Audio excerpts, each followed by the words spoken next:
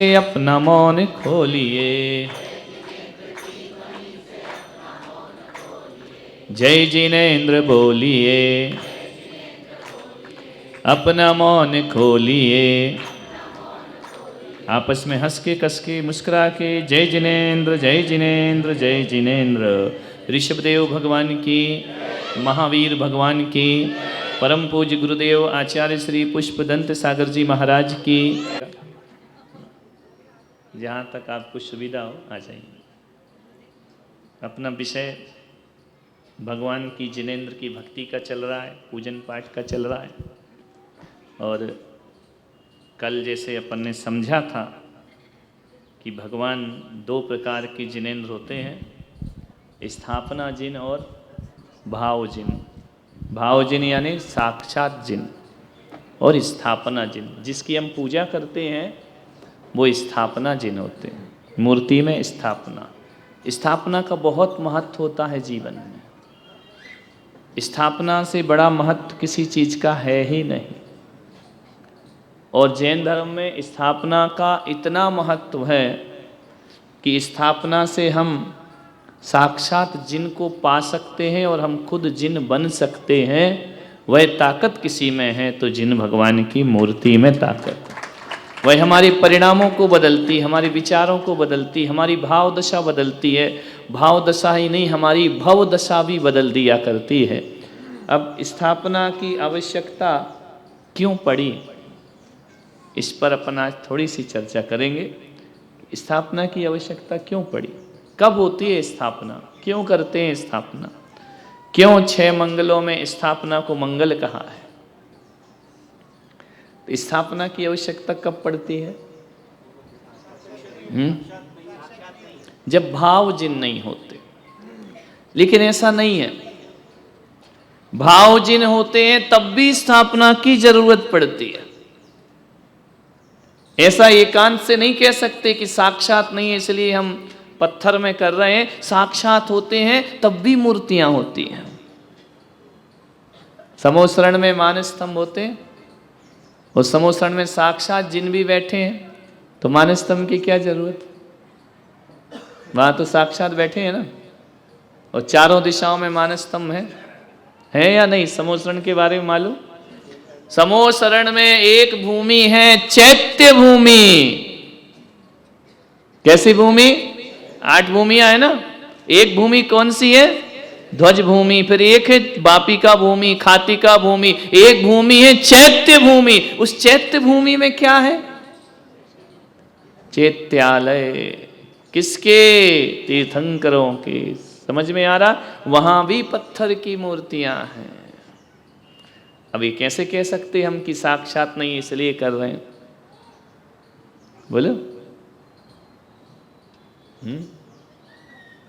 स्थापना के लिए साक्षात भगवान रहे या नहीं रहे, स्थापना मंगल अपने आप में अलग वस्तु है। भगवान रहे तो भी और ना रहे तो भी। स्थापना का तो महत्व है। क्या ऋषभदेव के समय जिनालय नहीं थे?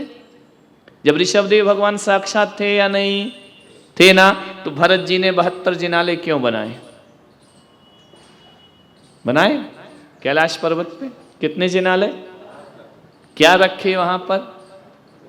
भगवानों के 72 जिनालय पर 108 फीट ऊंची भगवान की, 500 धनुष ऊंची भगवान की प्रतिमाएं स्थापित की। वहां तो साक्षात ऋषभदेव थे। तो भरत जी ये पैसा बर्बाद क्यों कर रहे थे? अपना सोना चांदी सोने के बनाए थे। तो उनसे तो आज के पंडित कह देते ना, जब वो बैठे हैं समोसरण में जिंदा, तो तू मूर्ति क्यों रखवा? यदि आप कहोगे कि साक्षात के अभाव में स्थापना होती है, तो फिर आपकी जो जिनालय हैं, आपकी ये मूर्तियां हैं, ये अनादि निधन नहीं रहेंगी। ये टेम्परेरी हो जाएंगे, केवल पंचम काल की चीज हो जाएगी। ये तो चौथे काल की भी चीज है, नहीं है क्या? विदेश क्षेत्र में क्या जिनालय नहीं है? और जिनेन्द्र भी हैं, दोनों हैं, फिर भी मूर्ति है। एक बात बताओ, जब इंद्रभूति गणधर समोसरण में पहुंचे तो पहले उन्होंने महावीर के दर्शन किए या मानस्तंभ के किए? मानस स्तंभ में जीवित भगवान थे या पाषाण के थे? और उनको सम्यक दर्शन अंदर जाके हुआ या बाहर ही हो गया है? तो जब अंदर ही बैठे थे तो बाहर क्यों रखे भगवान? दिमाग लगाओ, ऐसा मत बोलो कि साक्षात नहीं इसलिए स्थापना। वो रहे या ना रहे, मूर्ति का अपना महत्व है और साक्षात जिनका अपना महत्व हुआ करता है। साक्षात जिन्हें, जब भगवान की दिव्य ध्वनि खिलती है समूसरण में, भगवान की ध्वनि 6-6 घड़ी खिलती है, उस समय जब खिलना बंद हो जाती है तो देवता क्या करते हैं? चैत्य भूमि में जाके भगवान का अभिषेक करते हैं। चैत्य भूमिया में जिनालय बने हुए, उनका अभिषेक करते हैं देवता लोग।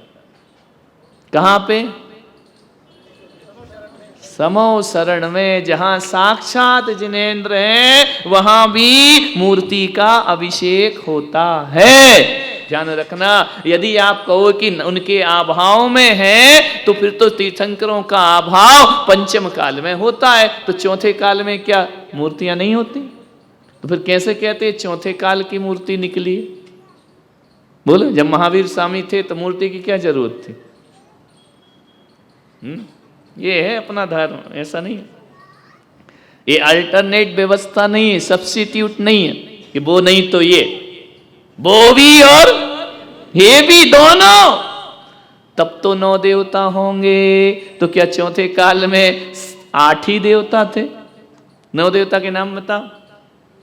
है हरिहंत सिद्ध आचार उपाध्याय सर्व साधु, जिन धर्म जिनागम, जिन चैत्य जिन चैत्यालय। तो क्या चतुर्थ काल में चैत्यालय और चैत्य नहीं होते हैं? तो फिर तो आपके 9 हुए ही नहीं, भगवान कम हो गए।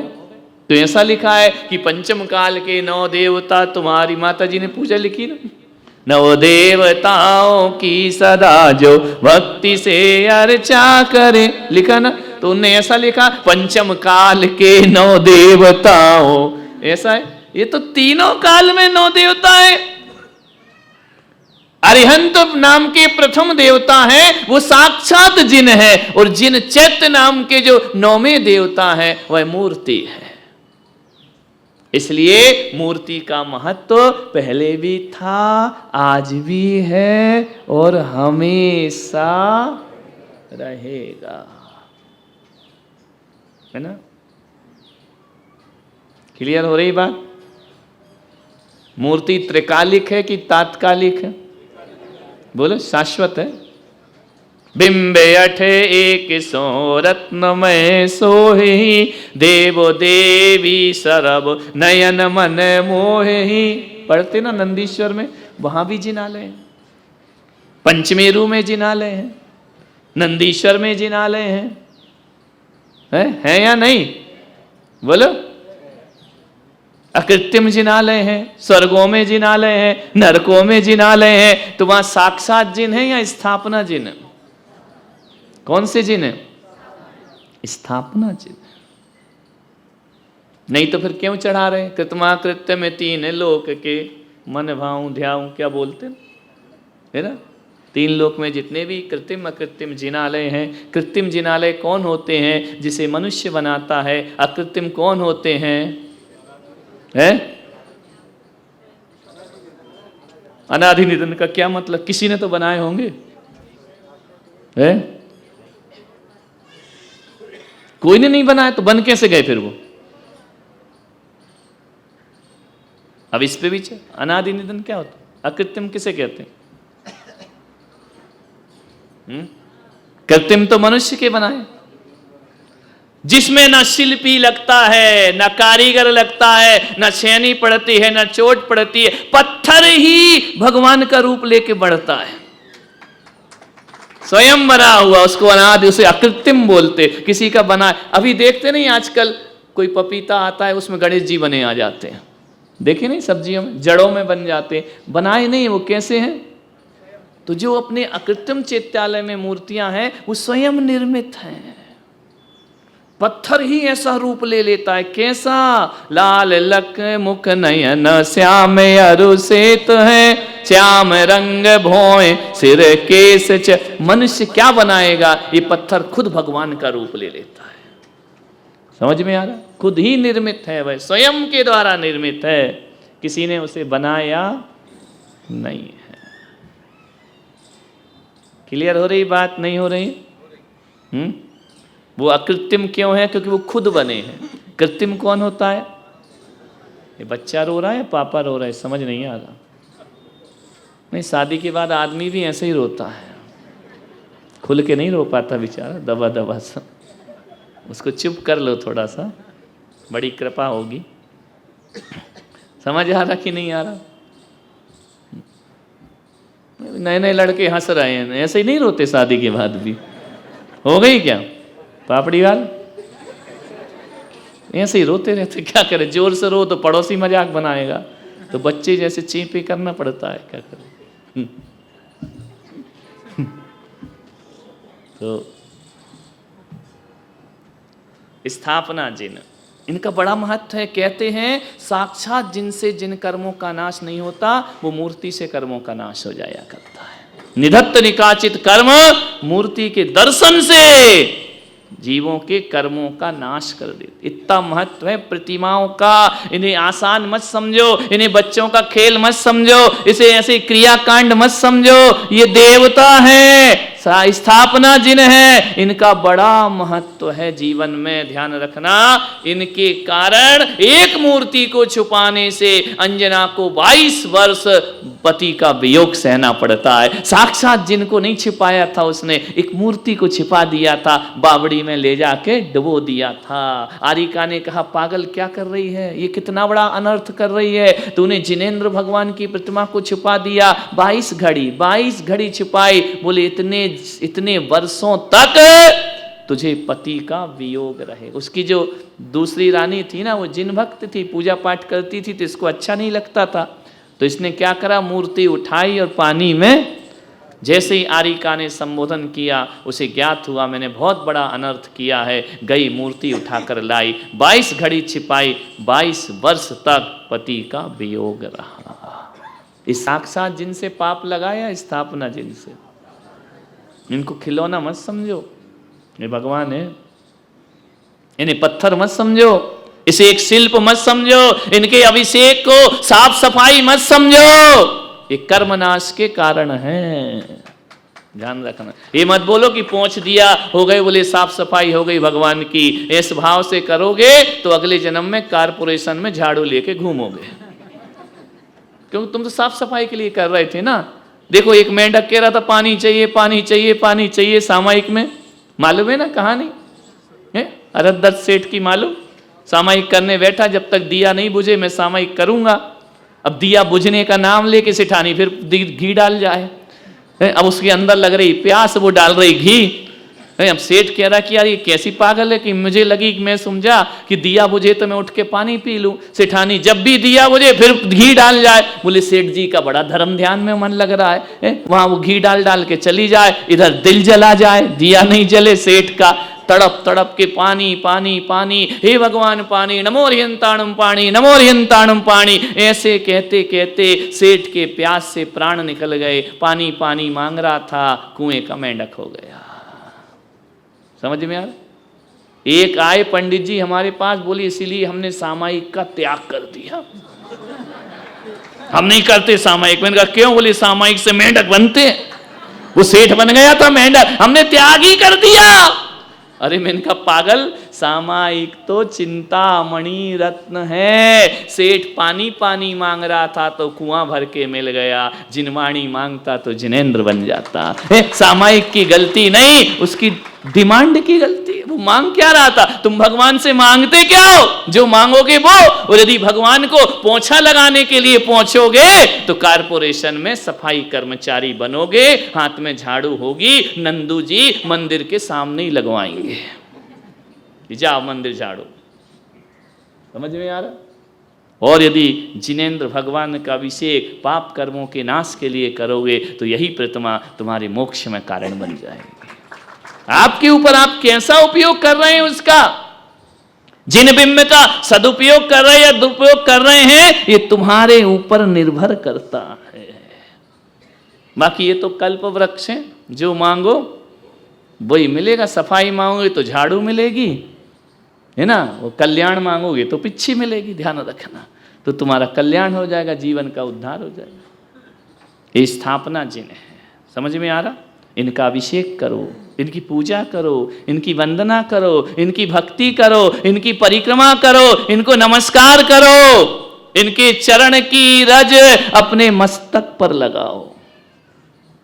समझ में आ रहा? महिमा बनाओ जिनेंद्र भगवान की प्रतिमा की, जिन बिंब की महिमा गाओ। साक्षात जिन होंगे तो भी प्रतिमा रहेगी, नहीं होंगे तो भी प्रतिमा रहेगी, ध्यान रखना। इसलिए इनको सब्स्टिट्यूट मत समझो कि उनकी नहीं है तो ये लगा दिया, ऐसा काम धर्म में चलता नहीं। 9 देवता सदा से थे, हैं और रहेंगे। तीर्थंकर के समय भी 9 थे, आज भी 9 है, और समझ में आ रहा? ऐसा उल्टा सीधा धर्म अपने मन का मत करो, जो कहा जा रहा है वैसा ही करना चाहिए।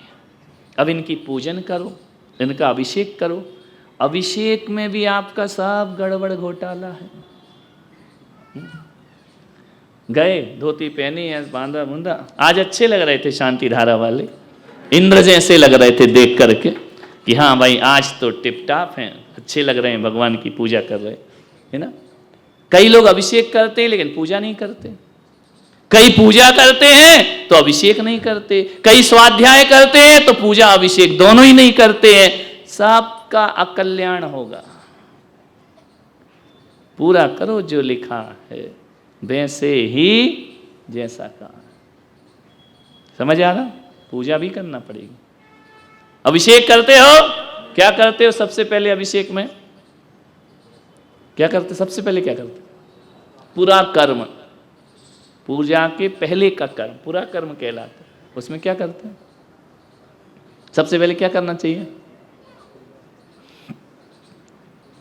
बोलो। कितने लोग अभिषेक रोज करते हैं? हाथ उठाना। अब डर डर के मत उठाओ, अच्छे से उठाओ। पहला काम क्या होना चाहिए? अरे कहाँ के आचरण आ गए तुम्हारे मंगल, उसके पहले काम।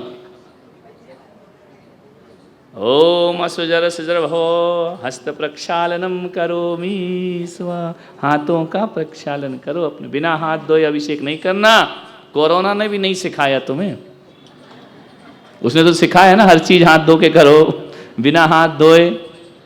उसके बाद क्या किया जाता है?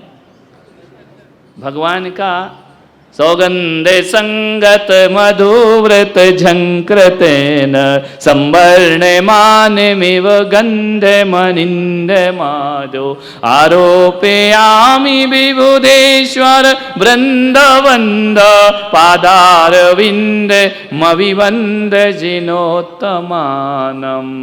बिना तिलक लगाए अभिषेक नहीं करना, वरना फल की प्राप्ति नहीं होगी। विधि लाओ पूरी अभिषेक की। नहीं गए पहने धोती, दुरावनम झम झम तम तम पम पम सम सम, हो गए, सब निपट गया खेल, है ना। क्या करो? भगवान के 9 अंगों पर तिलक लगाओ। किसके? भगवान के, अपने हैं? कौन सा चंदन लगाओ? हैं? इसमें क्या लिखा है श्लोक में? पादारविंद, पादारविंद। श्लोक के अर्थ भी नहीं लगाते क्या? पादारविंद मविवंद जिनोत्तमानम। कौन सा चंदन? अरे अभी तो पूजा नहीं हुई, चंदन कहां से लगा दिया तुमने? फिर अपने में कैसे लगाओगे? चंदन तो तुम अभिषेक के बाद लगाते हो ना, तो फिर कैसे लगाओगे? यहां तो कह रहे कि अभी अभिषेक शुरू ही नहीं हुआ। कहां हुआ अभी शुरू? अभी तो कह रहे पहले चंदन, हाथ धो ले, चंदन लगा। अब चंदन कहां से लाओगे? जो पुजारी ने घिस के रखा है कटोरी में, वो चंदन है, वो वाला लगाना है क्या? क्या मतलब उसको लगाने? पुजारी भगवान है क्या? है? एक कटोरी में घिस के रख देता, तुम आते हो लगा लेते, उसका क्या मूल्य, क्या महत्व उस चंदन का? कोई महत्व नहीं है, कोई उसका पुण्य नहीं, कोई निर्जरा नहीं, कोई पुण्य नहीं, बेकार, थर्ड क्लास। उस चंदन को क्यों लगाते मस्तक? यहां तो क्या लिखा? पादारविंद मविवंदे जिनोत्तमानम। क्या मतलब इसका? तुम्हारे चरणों में लगा हुआ चंदन मेरे ललाट पे पहुंचे, है ना? तो अभी तो तुम लोग चंदन कब लगाते हो भगवान को? अभिषेक के बाद। अब यहां कह रहे अभिषेक के पहले तुम अपने माथे पे लगाओ, है? जो लोग कहते हैं ना चंदन लगा के नहीं रखो मूर्ति को, ये गाथा कह रही रखो, है ना? नहीं बोल रही क्या? है? समझ में आ रहा मूल बात क्या है? अभिषेक पूजा के बाद आपने जो भगवान के चरणों में चंदन लगाया है वो कल तक रहना चाहिए।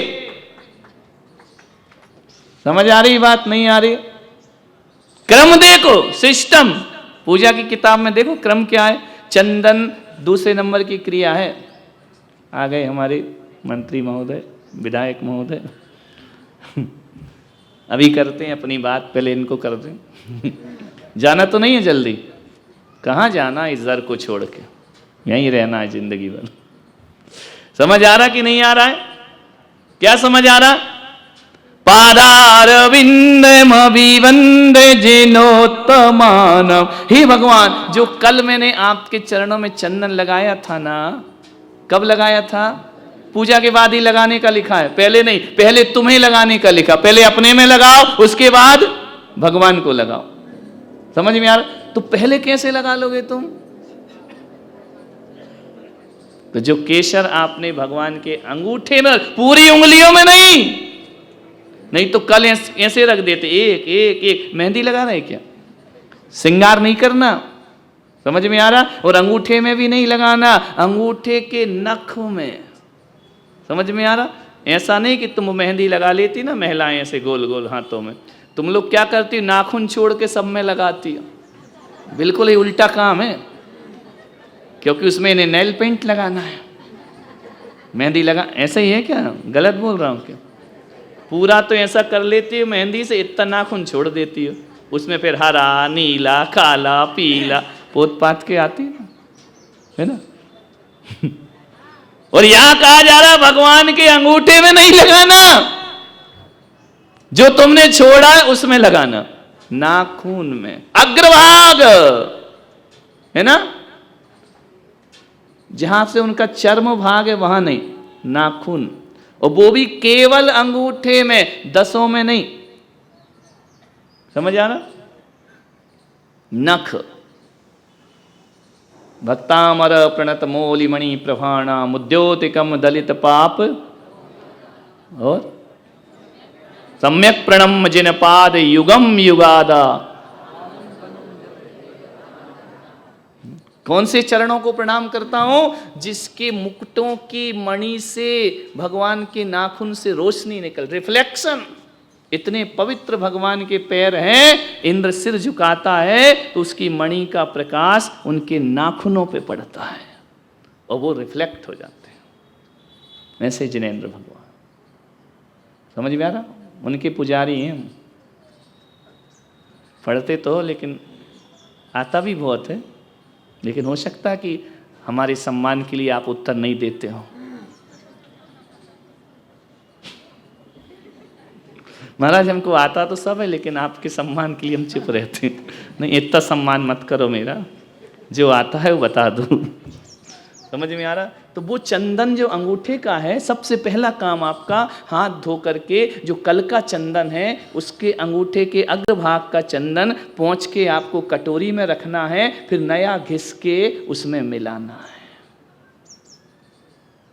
क्या करते हो? सुबह धो धा के रख देते हो बस। असली चंदन तो वही है। आचार्य कह रहे हैं, बड़ी सुंदर भाषा कही उन्होंने प्रथमान योग में, इतना सुंदर वर्णन किया है। मूलाचार में देखो, मूलाचार में लिखा कि हे भगवान, आचार्य उस चंदन से कह रहे हैं, ए चंदन तू कितना सौभाग्यशाली है, 24 घंटे भगवान के चरणों में रहा है, आ मेरे मस्तक पर आकर के बैठ जा। ऐसा सौभाग्य तो मेरा भी नहीं। कितना सौभाग्य तेरा, तेरा एक इंद्री पर्याय में आना सार्थक हो गया। तू 24 घंटे कहां रहा है? भगवान के नाखूनों में रहा है। आ तेरे नाखून को, तेरे जो भगवान की चरण रज पद रज बनकर तो जिया है, आ तेरी रज मैं अपने मस्तक पे लगाता हूं। और लंबा तिलक है ना, गोल नहीं, ऐसा नहीं, ऐसा नहीं, मानस स्तंभ के आकार का। तब तो ये मान बढ़ाएगा ना मस्तक का। लेकिन कुछ लोग ऐसे हमारे होशियार, तिलक लगा लेते हैं, फिर पूजा करके घर जाते हैं, फिर मुंह धो लेते, दुकान में जाना है, लोग कहेंगे तिलक लगाया पंडित बन गया क्या? अरे जो चंदन 24 घंटे भगवान के चरणों में रहा है, वो 24 घंटे हमारे मस्तक पे रहना चाहिए, हटना नहीं चाहिए वो तिलक हमारे मस्तक से। अपने आप हटे अलग है, खुद मत पहुंचो, खुद मत मिटाओ। लेकिन क्या करें महाराज, किट्टी पार्टी में जाना पड़ता है, थोड़ा सा क्रीम व्रीम भी तो लगाना है, फेस वॉश से 4 बार तो सिर्फ मुंह चेहरा धुलता है ना। ललाट पर, उन्नत ललाट पर जिनोत्तमानम, हे जिनेंद्र भगवान आपका ये चंदन मेरे मस्तक पे हमेशा सुशोभित होता है ना। समझ आ रहा कि नहीं? कौन सा वाला चंदन?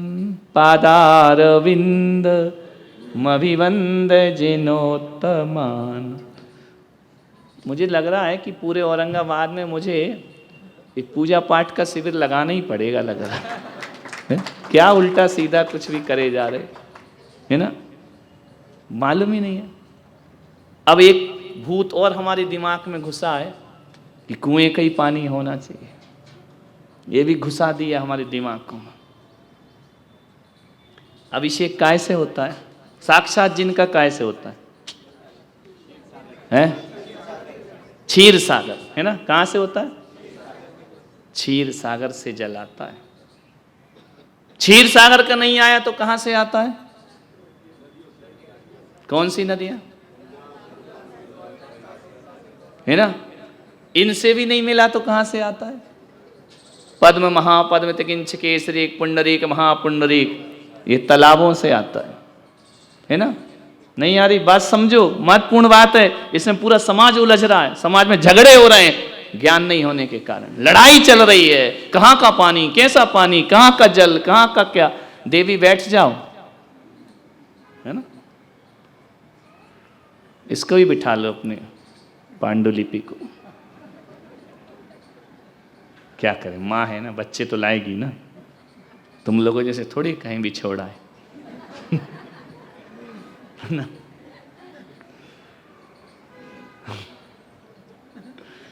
देखो, समझो, विषय समझो, बहुत महत्वपूर्ण विषय पानी। पानी में बहुत झगड़े हैं, इतनी लड़ाइयां हैं समाज में पानी की, उसको समझो। आगम क्या कहता है, लोग क्या कहते हैं वो मत सोचो। किस देश में, कितने मंदिरों में, कहां के पानी से हो रहा, ये मत सोचो। हमारा आगम क्या कह रहा है ये सोचो।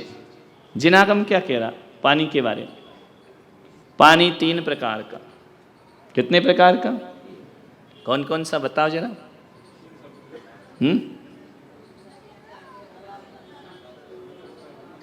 कितने प्रकार का पानी, जल कितने प्रकार का? पहली बात तो मंदिर में आए हुए पानी को पानी नहीं कहना, जल बोलना। तुम्हारे महाराष्ट्र में पानी कहते हैं, आहार पानी शुद्ध है महाराज, आहार जल शुद्ध है। पानी तो सफाई के लिए लगता है, पूजन में जल लगता है। जब वो पानी भगवान के निकट आता है, देवशास्त्र गुरु के पास आता है, तो जल बन जाता है। और जब तुम्हारी बाथरूम में जाता है, पानी बन जाता है। समझ में आ रहा? जल बोलना चाहिए। कितने प्रकार के जल होते हैं? बोलो भाई, जल कितने प्रकार?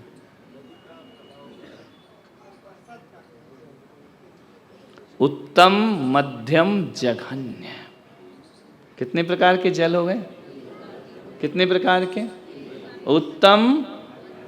उत्तम जल कौन सा है? क्षीरोदधि का जल भर लायो। कहाँ का पानी उत्तम है? क्षीर सागर। इससे उत्तम दुनिया में कोई जल हो ही नहीं सकता है। इसलिए सौधर्मेंद्र भगवान का अभिषेक सुमेरु पर्वत पर कैसे करता है।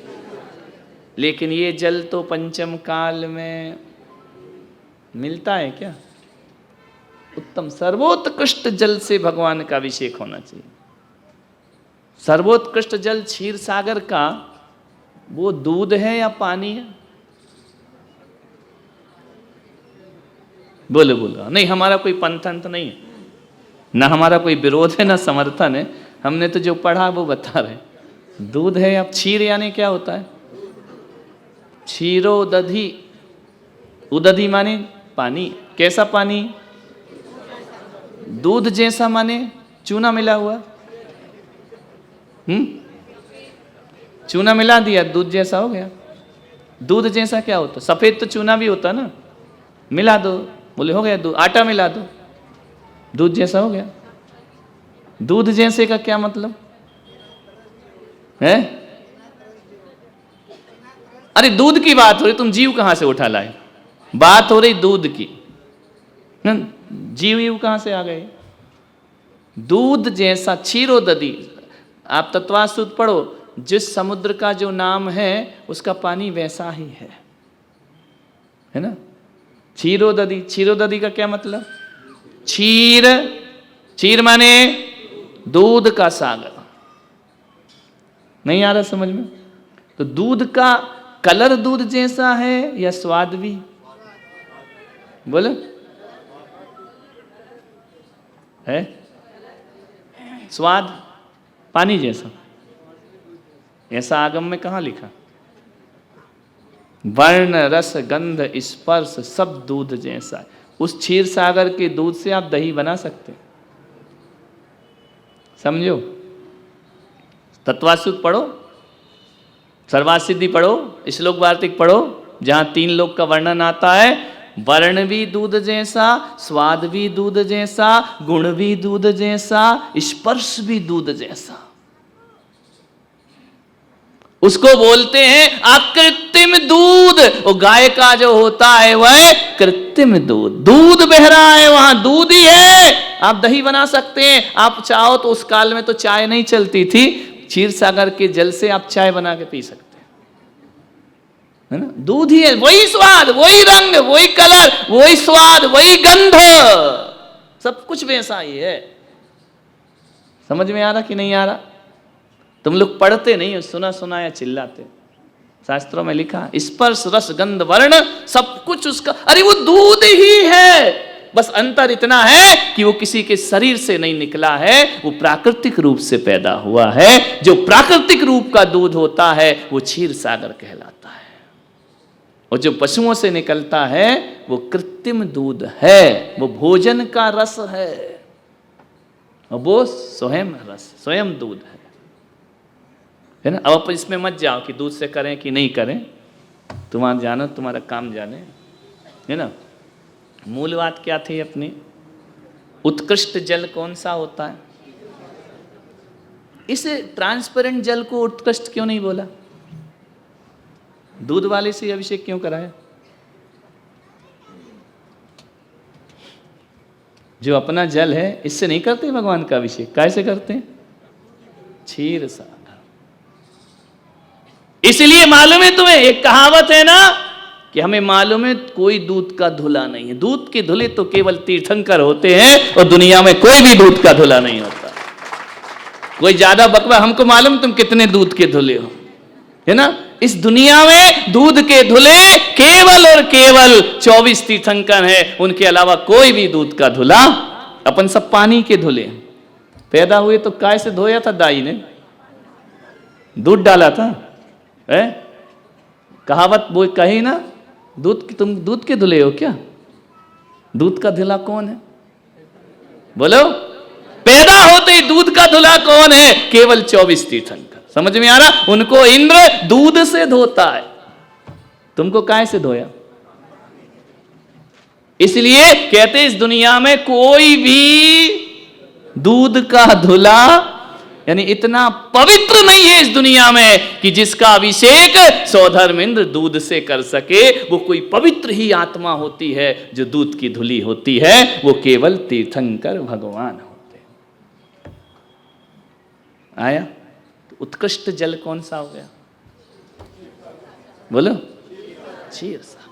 मध्यम गंगा सिंधु रोहि रोहिता सा हरित हरित कांता सीता सीतोदा नारी नरकांता रक्ता रक्तोदा। बोलते ना, ये मध्यम जल है। और अब जो पंचम काल का है ये जघन्य जल है। नहीं आ रहा समझ में? पानी की क्वालिटी है, बिस्लरी स्लरी वाला लफड़ा नहीं है यहाँ, समझ? मिनरल कुछ नहीं वहाँ।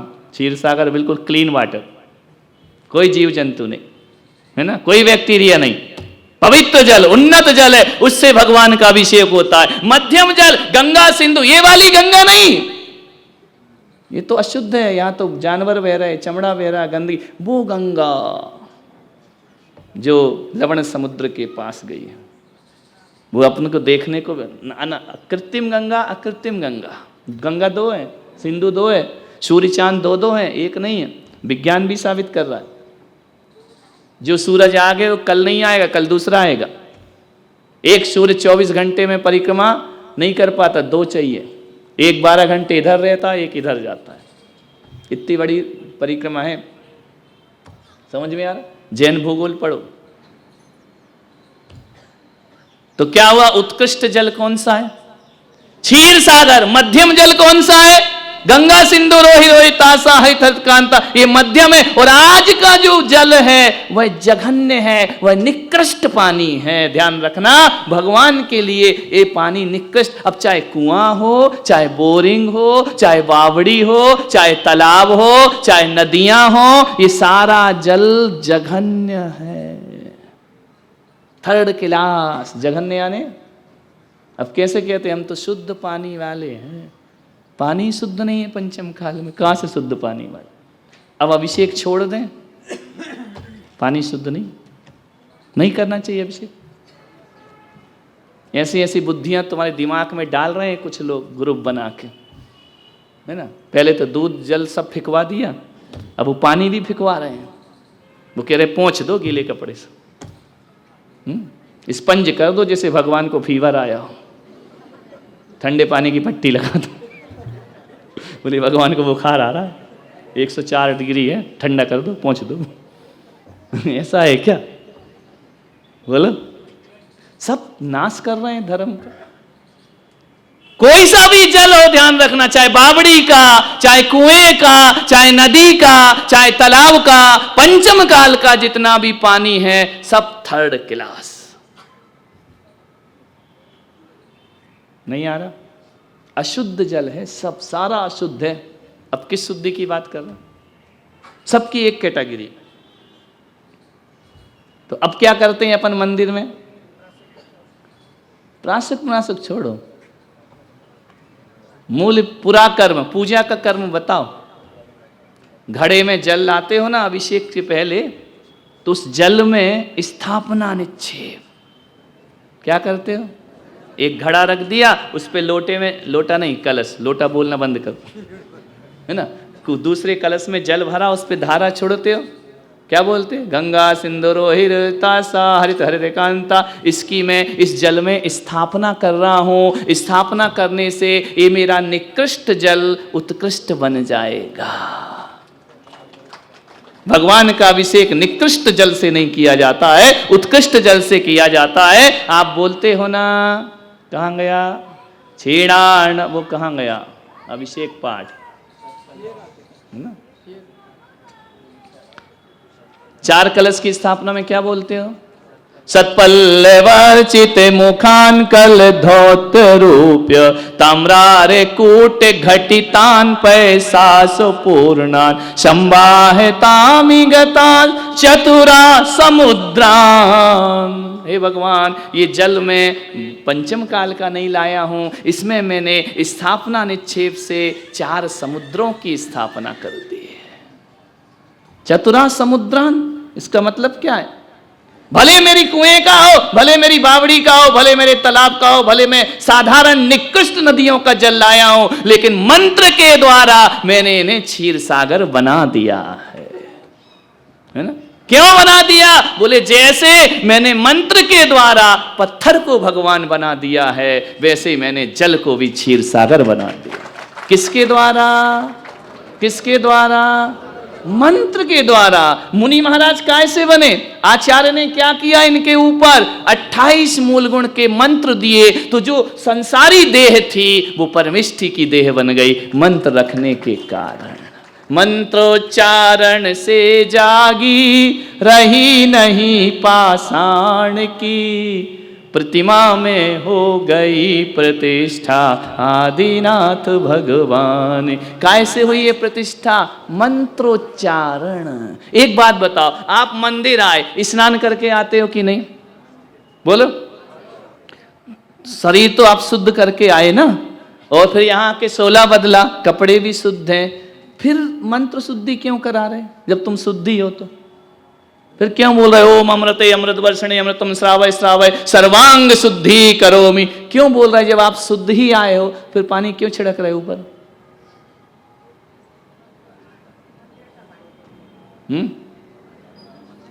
क्यों छिड़क रहे? नहा धो के आए ना, सोले के कपड़े यहीं बदल लिए, यहीं पहन लिए, अब आप अशुद्ध हो ही नहीं, फिर भी कह रहे नहीं अभिषेक से पहले सर्वांग शुद्धि करोमि। क्यों? मैं तो शुद्धि हूं ना, अब सर्वांग शुद्धि क्यों करा रहे, पानी डाल रहे?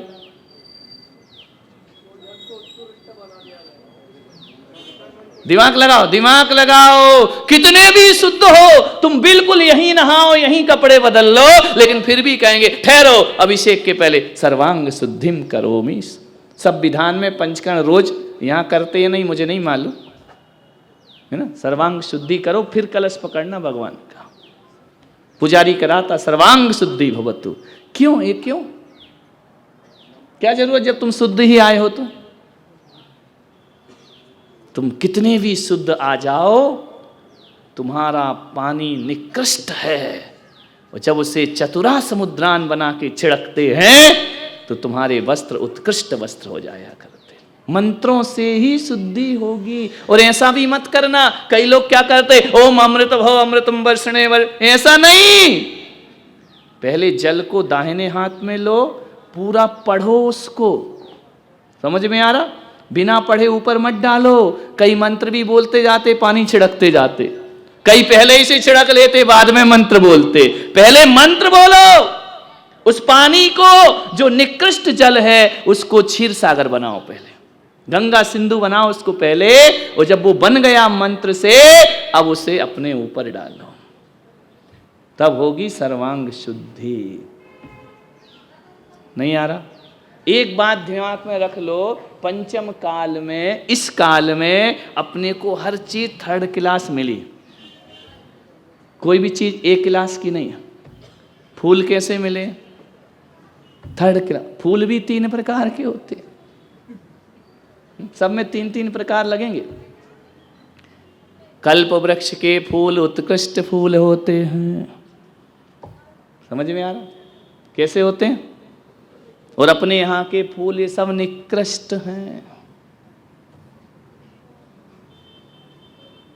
नैवेद्य, कल्प वृक्ष का भोजन उत्कृष्ट भोजन होता है, और अपना बना हुआ भोजन निकृष्ट भोजन होता है। अपने को कोई चीज अच्छी नहीं मिली। पंचम काल में पैदा होने का मतलब है हर चीज घटिया, China made, use and throw. जब तक सांस है यूज करो, फेंक दो। शरीर तुमको कैसा मिला? उत्कृष्ट या निकृष्ट? बोलो। पंचम काल में अपना शरीर कैसा है? वज्र वृषभ नारायण सेनन है। सबसे घटिया क्वालिटी का जो शरीर होता है ना, वो अपन को मिला है। और देवों का शरीर कैसा होता है? सबसे उत्कृष्ट। इसलिए पूजन करते समय मनुष्य नहीं, उसको इंद्र बनाया जाता है। अब तेरा मंत्रों के द्वारा जो निकृष्ट शरीर है उसको हमने उत्कृष्ट बना दिया है। इसलिए तो इंद्राणी बनाते, मालूम है कि नहीं? बोलो भाई। इंद्राणी कोई कहेगा ऐसे ही पूजा कर लो, ये क्या हार मुकुट कार्टून बन के खड़े हो जाते हो? कार्टून नहीं है वो। ये निकृष्ट शरीर को मंत्र पढ़ के, हे इंद्र आगच्छा गच्छ, इंद्र बनो आप। इंद्र बन जाओगे तो स्थापना निक्षेप से ये शरीर देवों का शरीर हो जाएगा। देवों का शरीर कैसा होता है? सप्त धातु से रहित। तुम्हारा शरीर कैसा है? हाड़, मांस, खून, मांस, पीप, रज, वीर सब भरा है। तुम्हारा शरीर शुद्ध है? जल शुद्धि की बात करते हो, शरीर ही अशुद्ध लेके बैठे हो। जिसमें रह रहे का चमड़ा धोने से शरीर शुद्ध हो जाता है। अंदर देखो जरा, खुलवाओ डॉक्टर से, उल्टी हो जाएगी देख के ही अपने शरीर को। इतना विभत्स शरीर है, उसमें शुद्धि की बात कर रहे। एक बात ध्यान रखना, जैन धर्म में क्या किसी भी धर्म में शुद्धि के लिए केवल मंत्रों का सहारा है, मंत्र से ही शुद्धि होती है। इसलिए अभिषेक भी जो करते हैं ना, यूं आए पानी डाल दिया, नहीं, जब तक मंत्र नहीं बोला जाएगा, तम तम पम पम झम झम झीम झीम छीम छीम द्राम द्राम ध्रीम ध्रीम द्रावय द्रावय ओम नमो अर्हते भगवत, जब तक ये नहीं बोलोगे तब तक वो पानी गंधोदक नहीं बनेगा। ऐसे ही लेके डालने से कुछ नहीं होता है। समझ आ रहा? देखो विषय समझ में आ रहा है कि नहीं? आनंद आ रहा है कि नहीं? नहीं, यहां से तो आनंद वहां बैठ गया है ना। आ रहा ना आनंद है? अब देखो कितना पुण्य लगेगा पूजा से। तो तुम्हारा जो भी जल है वह निकृष्ट जल है, चाहे कुएं का हो। ऐसे मत बनो, हम तो कुएं वाले, हम ज्यादा शुद्ध हैं। कुछ नहीं है, सब घटिया। कुआं इतना शुद्ध होता तो इंद्र कुएं का पानी ले जाता कि क्षीर सागर का ले जाता? उस चौथे काल में कुएं नहीं थे क्या? बावड़ियां नहीं थी क्या? तालाब नहीं थे क्या? कहां का पानी ले गया? क्योंकि चौथे काल में भी कुआं 2 कौड़ी का था और आज भी 2 कौड़ी, और अब तो और एक कचरा ही हो गया, उसको पानी नहीं निकलता उसका, है ना। कोई भी जल हो, यदि हमने उसमें मंत्र पढ़ दिया वो हमारे लिए क्षीर सागर हो गया। समझ में आ रहा? मंत्र पढ़ दिया पत्थर भगवान हो गए, मंत्र पढ़ दिए 4 दीवारें मंदिर हो गई, मंत्र पढ़ दिया मेरी देह पवित्र हो गई। ध्यान रखना, मंत्र पढ़ दिया एक इंसान साधु बन गया, मंत्र पढ़ दिया तो जीवन की हर चीज शुद्ध हो जाया करती है। इसलिए कहा है कितना भी स्नान कर लो, उसके बाद मंत्र स्नान। कौन सा स्नान? उसके बिना आप पूजा पाठ नहीं कर सकते। कर रहे हैं तो उसका कोई भी फल नहीं मिलेगा। यदि आपने ऐसे ही जल चढ़ा दिया ना, तो आपने निकृष्ट पानी चढ़ा के आए भगवान को। जब तक उसे आप क्षीर सागर या गंगा सिंधु नहीं बनाओगे, तब तक वो पूजा फल देने वाली। क्यों बनाना पड़ता है? क्योंकि हमें मिला ही सब कचरा है ना। मंदार सुंदर नमेरु सुपारी जात, ये कल्प वृक्ष के फूल हैं। समझ में? हमें कौन से मिले? थर्ड क्लास घटिया। अब तो और घटिया हो गए, विदेशी आ गए, बिल्कुल ही कचरा, ना गंध है ना सुगंध है, कुछ नहीं है। मैं इनमें क्या करता हूं? मंत्रों के द्वारा इन्हें कल्प वृक्ष के फूल बनाता हूं। नहीं आ रहा? कठिन हो रहा है क्या? ये वस्त्र फटे चिते चीथड़े पहन के मत आओ, गंदे मैले कुचेले, इंद्रों जैसे पहनो। और उसमें भी जल से हर चीज का मंत्र है।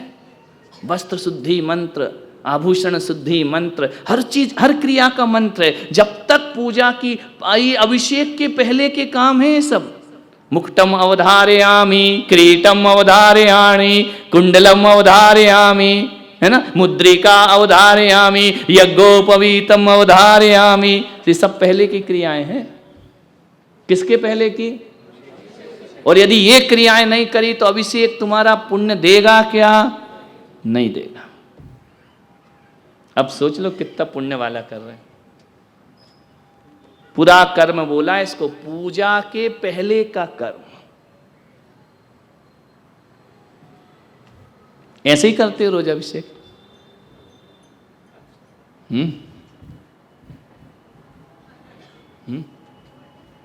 बोलो बोलो।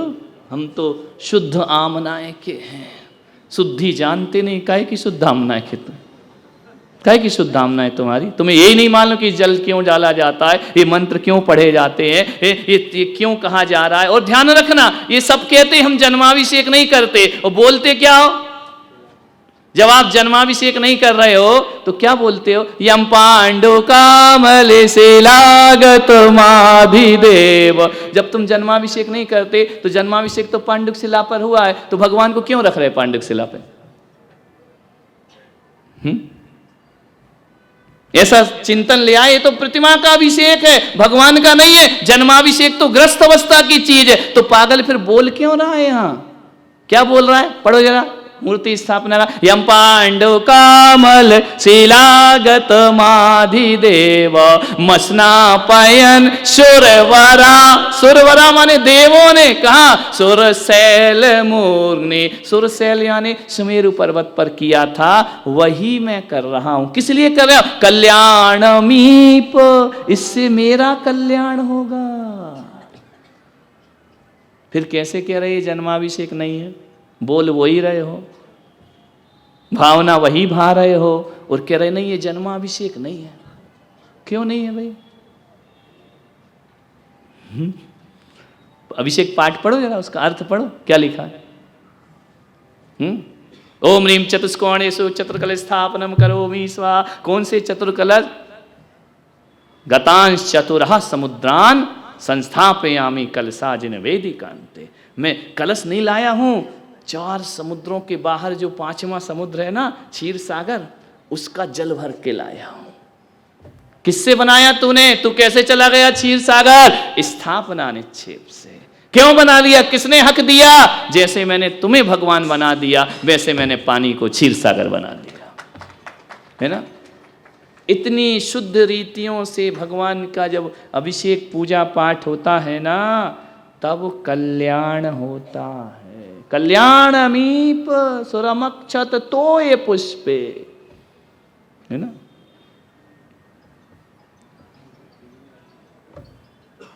सन्नाटा।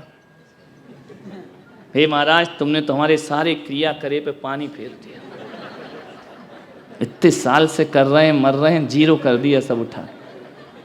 वो इसी में लड़ मर रहे हैं, मैं कि ये नहीं करो, वो नहीं करो, ऐसा नहीं करो, वैसा नहीं करो। अरे आगम से चलो ना। जिंदगी कैसी जीना है? आगम के अनुसार है, अपने मन के अनुसार। आगम से जियो, भगवान की वाणी मानो, भगवान की आज्ञा मानो, जो भगवान कह रहे वो करो।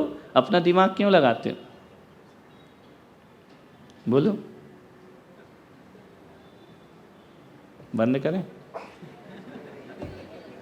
अभी तो बहुत सारी क्रियाएं हैं पूजा की, विसर्जन तक पहुंचना उतना हमारे पास समय नहीं। उससे पहले परसों तुम हमारा विसर्जन करे आओगे। जाओ महाराज, हो गया साय में पूरा यहाँ का। महीनों चाहिए इन चीज़ों को समझने के लिए, और इन चीज़ों को समझ के फिर यदि आप पूजा करोगे, दुनिया के 1000 तार्किक भी आ जाएं, आपका मन कहेगा नहीं, जो मेरा जिनेंद्र भगवान ने कहा वही मेरा धर्म है। कोई कितना भी भड़काए, कितना भी बोले, इससे मत करो, चंदन मत लगाओ, केसर मत लगाओ, फूल मत लगाओ, दूध मत चढ़ाओ, पागलपन है, कुछ नहीं है। उनको अर्थ ही नहीं मालूम है। उनको आगम के अर्थ ही नहीं मालूम, अपने अपनी दिए फिर रहे हैं, हवा में लठ मार रहे। लग गया तो ठीक, नहीं लगा तो ठीक। मैं कहता हूं करो नहीं करो तुम्हारी मर्जी, लेकिन जानो तो, है ना।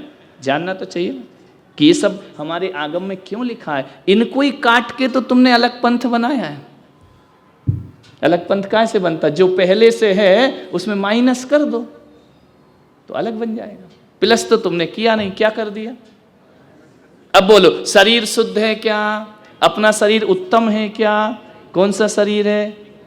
शरीर अशुद्ध है, कपड़े अशुद्ध हैं, जल 3rd क्लास, नैवेद्य 3rd क्लास, दीप 3rd क्लास, धूप 3rd क्लास, साक्षात भगवान है नहीं, पत्थर की मूर्ति रखी, सारा नकली।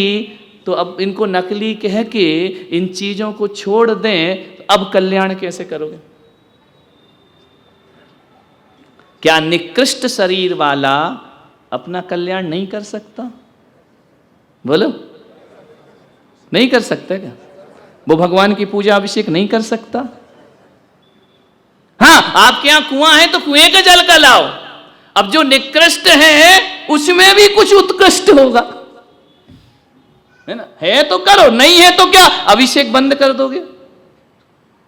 बोलो, ध्यान रखना, पदार्थों की शुद्धि मंत्र से हो जाएगी, लेकिन क्रियाओं का निषेध करोगे तो मिथ्या दृष्टि हो जाओगे। मेरा शरीर गंदा है, मेरा शरीर निकृष्ट है, तो क्या मैं भगवान की पूजा कभी नहीं करूंगा? फिर क्या करूंगा इनको छोड़ के? फिर क्या करूं? अभिषेक छोड़ के अब क्या करोगे आप? पूजा छोड़ के अब आप क्या करोगे? बोलो, क्या करोगे? पानी शुद्ध नहीं इसलिए हम अभिषेक नहीं करते, तो अब क्या करोगे तुम? उस समय क्या करोगे अब आप? अरे पानी शुद्ध नहीं है तो पागल उसे शुद्ध बना और अभिषेक कर, ज्यादा नाटक मत कर। समझ में आ रहा? कल्याण करना है ना। तेरा शरीर शुद्ध नहीं है, इसे मंत्रों से शुद्ध कर और जा अभिषेक पूजा कर। ये अभिषेक पूजा ही तुझे उत्तम शरीर दिलाएगी, नहीं तो उत्तम शरीर मिलने वाला नहीं, इससे ही मिलेगा। क्लियर हो रही कि नहीं हो रही बात? बोलो। तो हमको विधि छोड़ना है या अशुद्ध को शुद्ध बनाना है? शुद्ध बनाओ और करो, क्या दिक्कत, किसने मना किया? लेकिन तुम कहते करना ही नहीं, हमें दीपक चलाना ही नहीं, हमें धूप डालना ही नहीं, जीव मर। अरे उसे शुद्ध बनाओ ना यार, क्यों निषेध कर रहे हो? निषेध क्यों कर रहे पूजा पाठ का? बीवी झगड़ालू है तो क्या शादी नहीं करोगे? बोलो।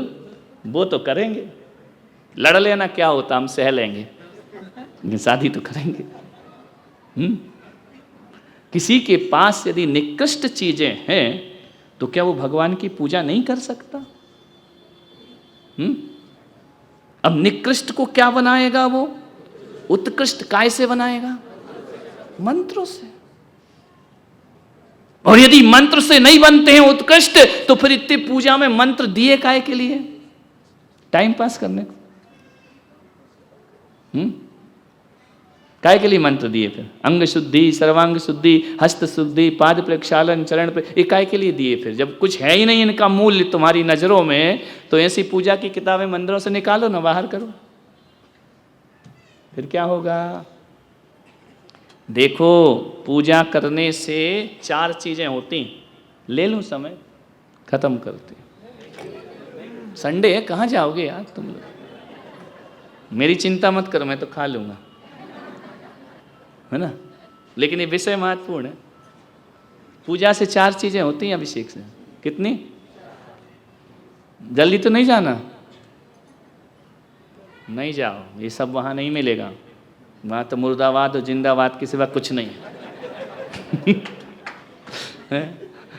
दुनिया आबाद तो यही है, वहां तो सब आबाद है, वह मुर्दाबाद है। समझ में? नहीं, इसी बहाने तुम बैठे हो तो मुझे अच्छा लग रहा है, क्योंकि अपन संत और नेता इतनी देर कहाँ बैठते हैं। आज मिले हो तो बैठ जाओ आराम से। कभी हम भी आएंगे तो अपने घर बिठा लेना, और क्या। समझ नहीं? हकीकत में जाना है तो ठीक। हाँ, 5-10 मिनट, है ना। कि पूजा से 4 चीजें होती हैं। बंद भी होता है, आश्रव भी होता है, निर्जरा भी होती है और संवर भी होता है। किससे? किससे? पूजा से 4 चीज होती हैं। कौन कौन सी? बंद, आश्रव, बंद, संवर, निर्जरा, 4 चीजें। कैसे होती हैं?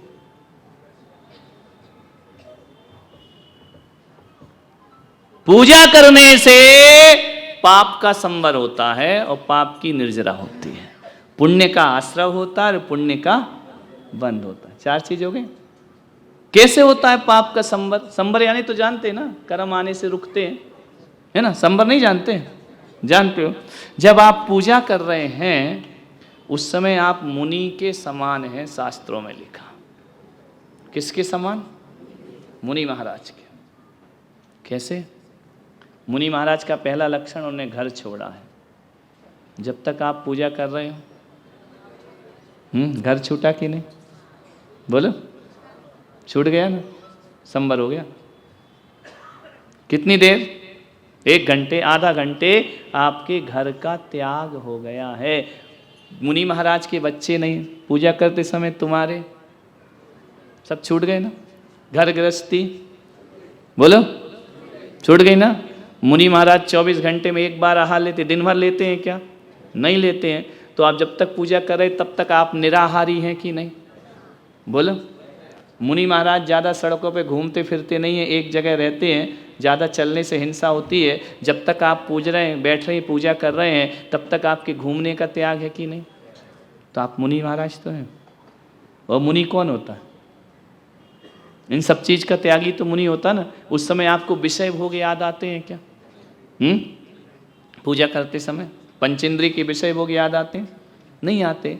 और उस समय आप झूठ बोलते हो क्या? बोलो। जो लिखा वही पढ़ते रहते ना, जय जय नाथ परम गुरु हो, यही बोलते रहते ना, उस समय झूठ बोल रहे कि सच बोल रहे? सत्यव्रती हो गए आप हैं? उस समय चोरी करते हो क्या पूजा करते समय, कि बाजू वाली पूजा कर रही तुम पर्स खींचने में लगे हो? ऐसा है क्या? उस समय ये भाव आते हैं क्या? नहीं आते ना, काय में लगे रहते हो? जासो पूजा परम पद देव शास्त्र गुरु तीन, यदि मन लगा के कर रहे हो, समझ में आ रहा? चोरी छूट गई, उस समय हिंसा करते हो क्या? कुछ नहीं, मारकाट, मर्डर, गला दबाना, बेलन चमीटा, कुछ चलता है क्या? नहीं, अहिंसा व्रत हो गया, सत्य व्रत हो गया, अचौर्य व्रत हो गया। अपरिग्रह, कितना परिग्रह है? जो पहने हो बस, घर वाले परिग्रह से क्या लेना देना जब तक पूजा कर रहे हो? ब्रह्मचर्य, उस समय वासनाएं जगती हैं क्या पूजा करते समय? अरे पागल, भगवान की पूजा कर, उस समय 5 पापों से मुक्त हो जाएगा। जितनी देर पूजा करेगा तेरे पास पाप नहीं आएंगे। आएंगे क्या? पाप का संबर हो गया। अब पूजा से क्या लगेगा? पुण्य लगेगा, पुण्य का आश्रय हो रहा है। और एक बात याद रखना, स्वाध्याय, पूजा और स्वाध्याय में बड़ा अंतर है। आजकल बड़ी स्वाध्याय की लहर चली है, ध्यान रखना। जब आप पूजा कर रहे हैं तो पहला काम तो हो गया, कौन सा? पूजा का पहला काम क्या हुआ? सामग्री चढ़ा रहे। जो सामग्री चढ़ा रहे वो दान हुआ कि नहीं? सामग्री अपने घर कमाई की लाए कि मंदिर से उठा ली है, कि दूसरे की डिब्बी छीन ली? खुद का कमाया हुआ धन है ना, दान हुआ कि नहीं? पूजा भी चल रही है, दान भी हो रहा है, अर्घ भी चढ़ रहा है, दान भी हो रहा है। ध्यान रखना, पूजा करते समय आपके जीवन में संयम भी आ रहा है, क्योंकि उतनी देर आप संयमी हैं। समझ में आ रहा? नहीं आ रहा? स्वाध्याय करते समय दान नहीं हो रहा है। स्वाध्याय करते समय सामग्री नहीं चढ़ा रहे हो। क्या करते समय चढ़ा रहे हो? पूजा करते समय। और जयमाला जब आप पढ़ रहे हो, स्वाध्याय हो रहा है। जयमाला में क्या होता है? पूजा में स्वाध्याय भी हो गया, पूजा में दान भी हो गया, पूजा में संयम भी हो गया। विचार करो, हुआ कि नहीं? पूजा में तप भी हो गया, क्योंकि जब तक पूजा कर रहा हूं मैं एक ही स्थान पर बैठा हूं। एक स्थान पे बैठना तप कहलाया करता है। क्लियर हो रही बात? नहीं हो रही? समझ में आ रही ना? एक पूजा से, पूजा में क्या क्या हो रहा है? अंचे में भी हो रहा है, पूजे में भी हो रहा है, वंदा में भी हो रहा है, नमस्सा में भी हो रहा है, दुख को भी हो रहा है, कर्म क्षय भी हो रहा है, सुगई गति भी मिल रही है। अभी मर जाओ, देवगति में जाओगे। मेंढक गया ना, पंखुड़ी दबा के मरा, क्या बन गया? क्षणादासित स्वर्गी, क्षण भर में स्वर्ग चला गया। समझ में आ रहा? ऐसी भावना भाव भगवान, जब मरूं तो ऐसा मरूं कि तेरी पूजा करते करते प्राण निकल जाए, देवगति का पात्र बन जाऊंगा। उस समय आपके मुनि व्रत हैं, उस समय आप संयमी हैं, तपस्वी हैं, उस समय आप हर चीज के त्यागी हैं। कोई पूजा के समय ले आए कि ले आंटी जी चाय पी, रुक जा, पूजा कर रहे हैं ना, ले लोगे? हाँ रुको, उधर के चन्न ला भाई चाय पी लेते। ऐसा करोगे क्या? है? ये थोड़ी लौंग इलायची ले लो आंटी जी। ध्यान रखना, जो सामग्री चढ़ा रहे हो ना, उसे भी खाने के भाव नहीं होते। होते हैं पूजा में? बोलो। ऐसा लगता है लौंग उठा लो ना यार, डाल लो, है? लगता है कि ईमानदारी से, बच्चों की बात छोड़ो, छोटे छोटे नादान, तुम्हारा मन होता है? जो पकवान चढ़ा रहे हैं उन्हें खाने का मन होता है क्या? इच्छा निरोधा तपहा, इसको ही तो तप कहते हैं। और तप क्या होता है? खाने की इच्छा ही नहीं हो रही है, सारा व्यंजन रखा है, मिठाई रखी है, फल रखे हैं, लेकिन खाने के भाव। और रास्ते से गुजरो और होटल दिखे तो मुंह में लगता है यार, पानी पूरी की दुकान मिल जाए ना तो लगता पूरी का पूरा पानी यहीं आ गया। ऐसा भगवान की पूजा में लगता है क्या? त्याग हो गया ना? बोलो, हुआ या नहीं हुआ?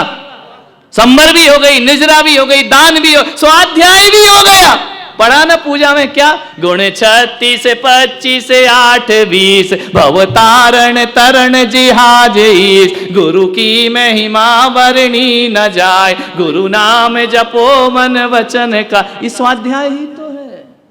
बता दिए ना कि गुरु के गुण कितने, 36 25 8 20। 36 माने आचार्य, 25 माने उपाध्याय, 8 20 यानी मुनि महाराज। हो गया स्वाध्याय। और स्वाध्याय में क्या पढ़ोगे इसके अलावा?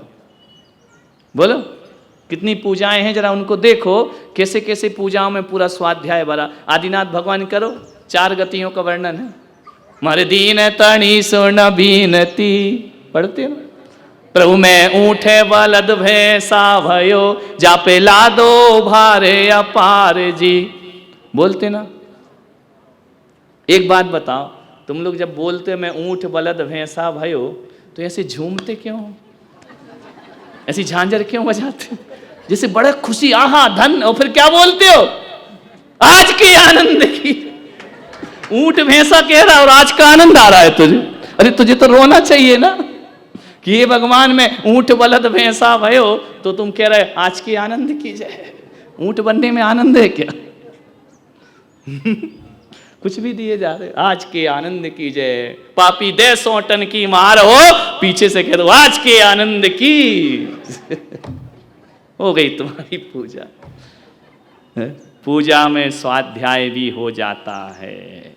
स्वाध्याय में संयम नहीं होता, स्वाध्याय में दान नहीं होता है, स्वाध्याय में ध्यान रखना ये सारे के सारे जितने भी कर्म हैं वो अभिषेक और पूजा में होते हैं। पूजा में दूध से अभिषेक हो रहा है, आप कितना भी निकृष्ट भूखमरा भी हो उसको दूध पीने के भाव तो नहीं आएंगे। आएंगे क्या? ऐसा लगेगा कि मैं पी लूँ, लाओ दोगे भी तो ले भैया पी। पागल है क्या? मंदिर में दूध पिला रहे, वो तुमको पागल कह जाएगा वो। समझ में आ रहा? ये है भगवान की पूजा। इसलिए श्रावक का मुख्य धर्म क्या है? दान और पूजा। 5 महाव्रत तुम्हारे जीवन में आ जाएंगे यदि स्थिर बैठ के भगवान की पूजन की। क्लियर हुआ? बस इतना ही। अब देखो ज़्यादा नहीं, क्योंकि हमको भी अब पेट पूजा करना है, तुमको भी दूसरी पूजा करना है। तो हमारे अतिथि यहाँ पर पधारे हैं और हमेशा इनका सहकार रहा इस चातुर्मास में, चाहे मुख्यमंत्री महोदय का आना हो चाहे कुछ भी हो। और बहुत समर्पित व्यक्तित्व, मैं चाहता हूँ कि आए, समाज उनका सत्कार करे, उनके अच्छे कार्यों का, उनकी पवित्र भावनाओं का। और इतनी देर उन्होंने सुना और सुनकर बड़े आनंद से सुना, क्योंकि आनंद के ही पास बैठे थे।